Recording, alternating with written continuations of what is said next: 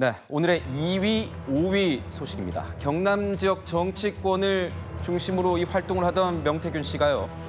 대통령을 포함해서 여권 주요 인사들과 이 친분을 주장하는 발언을 이어가자 이 여권이 연일 시끄럽습니다. 오늘도 민주당은 명태균 씨가 윤석열 정권의 이 비선 실세라면서 공세를 이어갔습니다.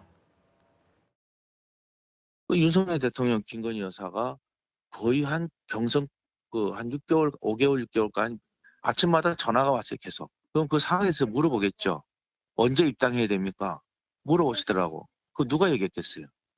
최순실에 놀아나던 박근혜 정권의 악몽이 떠오릅니다. 자고 나면 명태균 씨의 새로운 공천 개입 증거들이 터져나오고 명 씨의 폭로도 이어지고 있습니다. 박근혜 정권을 몰락시킨 최순실 국정농단에 버금가는 명백한 제2의 국정농단 사태입니다.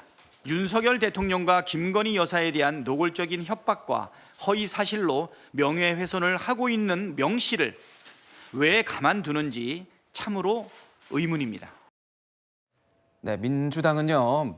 이 명태균 씨 의혹을 겨냥해서요. 총공세를 펼치고 있습니다. 아까 방금 보셨듯이요. 박찬대 원내대표 같은 경우에는 명태균의 새치혀 끝에 윤석열 정권의 명운이 걸렸다. 그러면서 이 박근혜 정권 당시, 박근혜 전 대통령 당시 비선 실세로 불렸던 최순실, 이 최서원 씨에 비유하기도 했습니다. 최진봉 교수님께서 보시기엔 정말 명태균 씨가 지금 최서원 씨, 이 최순실 씨 같은 그런 정말 비선 실세 정도로 보이십니까? 어떻습니까? 그러니까 만약에 명태균 씨가 했던 말이 사실이라면 저는 그렇게 보여요. 그러니까 사실인지 아닌지 우리가 알 수가 없으니까 지금은 단정적으로 얘기할 수 없는데 만약에 명태균 씨 지금 아까 그 인터뷰 보세요. 매일 아침 전화했다잖아요. 본인이 언제 입당할까지 물어봤대요.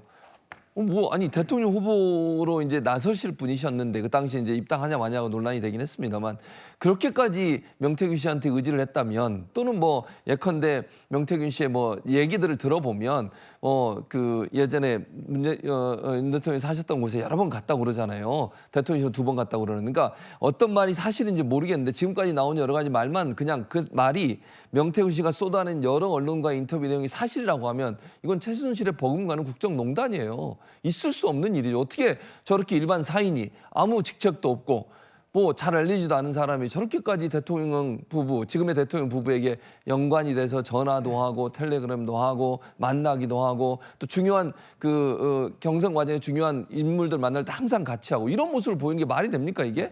저는 도저히 납득이 안 되는 상황이고요. 지금 상황에서는 뭐 사실관계를 모르니까 뭐라고 말씀드릴 수는 없지만 전제를 달면 명태균 씨가 했던 말이 다 사실이라는 전제하에서는 상당히 심각한 상황이다 이렇게 볼 수 있는 거죠. 이현종 위원님은 어떠십니까? 이현종 위원님께서는 뭐 이 취재 경력이 굉장히 기시니까 여러 가지 상황을 많이 보셨을 텐데 지금 이 상황이 정말 최순실 씨 사태, 과거에 있었던 얼마 전에 있었던 그런 사태에 비견할 수 있는 정도냐 어떻게 보십니까?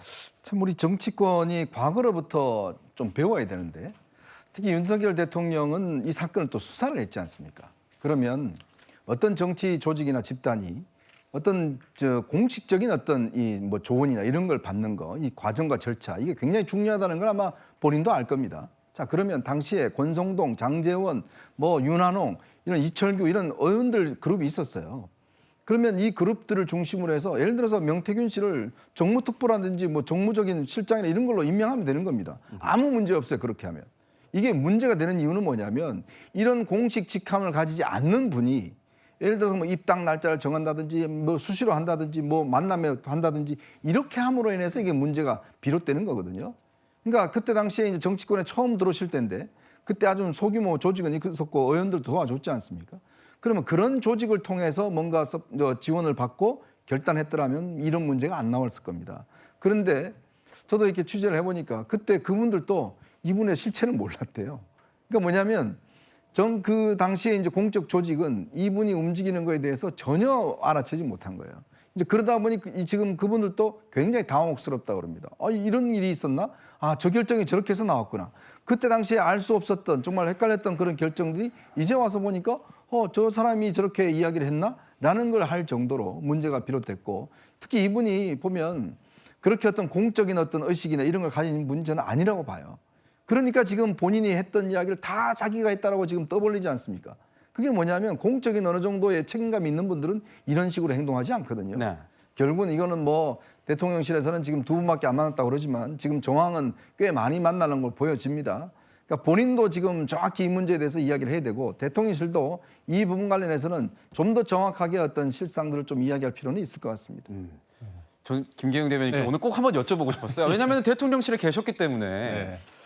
어떻게 좀 이 존재에 대해서 좀 알고 계셨습니까? 혹시 들으신 적이 있으십니까? 아니 저는 몰랐습니다. 근데 제가 드리고 싶은 말씀이 뭐냐면 제가 6월 29일 날 저희 정치 선언을 할 때 제가 그 전에 이제 참여를 했습니다. 그래서 저간의 상황을 좀 아는데 7월 달에 저희가 7월 말 정도에 입당을 했습니다. 근데 이른바 치막 회동이 있었죠. 분위기 좋았습니다. 근데 그 다음 날 언론에서 입당을 한다. 그거를 저희 쪽에서 볼 때는 당시에 이제 이준석 당대표 측에서 언론 플레이를 해서 압박을 한다. 저희 입장은 뭐였냐면 11월까지 외연을 넓혀서 당에 들어간다는 게 전략이었습니다. 아하. 그래서 그 안에서 저희는 그러려고 하는데 계속 입당을 한다는 거예요. 그런 부분에 대해서 그 당시 윤석열 후보는 불쾌했습니다. 근데 저희가 일정을 소화하면 나중에 이제 백브를 하지 않습니까? 브리핑을 하는데 일정과 상관없이 기자분들의 질문은 언제 입당하느냐가 계속 나오는 거예요. 그래서 저희 내부적으로도 11월까지 중도 외연을 넓힐 것인가 아니면 차라리 그냥 들어갈 것인가 내부적으로 많이 회의를 했습니다. 네. 그리고 금요일 날 입당을 하는데 그날도 아침에 회의를 하고 들어간 겁니다. 그러면 이 사람이 언제 입당해야 되느냐? 그 당시 대통령 후보였던 윤석열 후보가 제가 같이 수행을 했기 때문에 저한테도 의견을 물어봤어요. 그러면 제가 입당해야 된다고 했으면 제 말 들은 건가요? 아닙니다. 여러 가지 의견 속에서 하나가 된 거고요. 제가 또 아주 확실하게 말씀드릴 수 있는 게 뭐냐면 단일화 때 자기가 중요한 역할을 했다고 하지 않습니까? 네. 단일화가 언제 이루어졌냐? KBS 토론회 끝나고 나서요. 저희가 토론회 끝나면 잠시 대기실에서 휴식을 취하지 않습니까? 물도 마시면서 이런저런 얘기를 하는데 네. 그때 장제원 전 의원이 전화가 왔습니다. 장제원 전 의원이 전화가 와서 강남으로 와라. 안철수 후보 만난다. 그때 만나서 결정을 했습니다. 어허. 근데 장제원이 누굽니까? 윤핵관 실세였죠. 이분은 명태균은 윤핵관하고 라이벌이었죠. 누가 한 겁니까?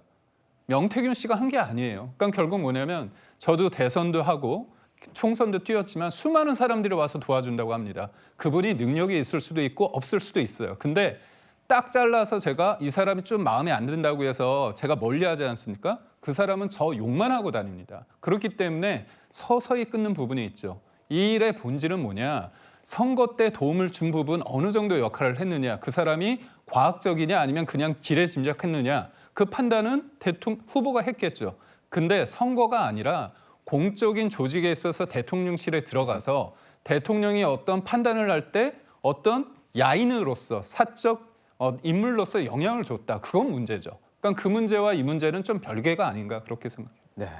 또 대선 당시에 있었던 비하인드 얘기까지 좀 이렇게 나눠주셨는데 이 이슈는 계속 이어지고 있습니다. 오늘 특히 국회 이 행안위 국정감사에서도요.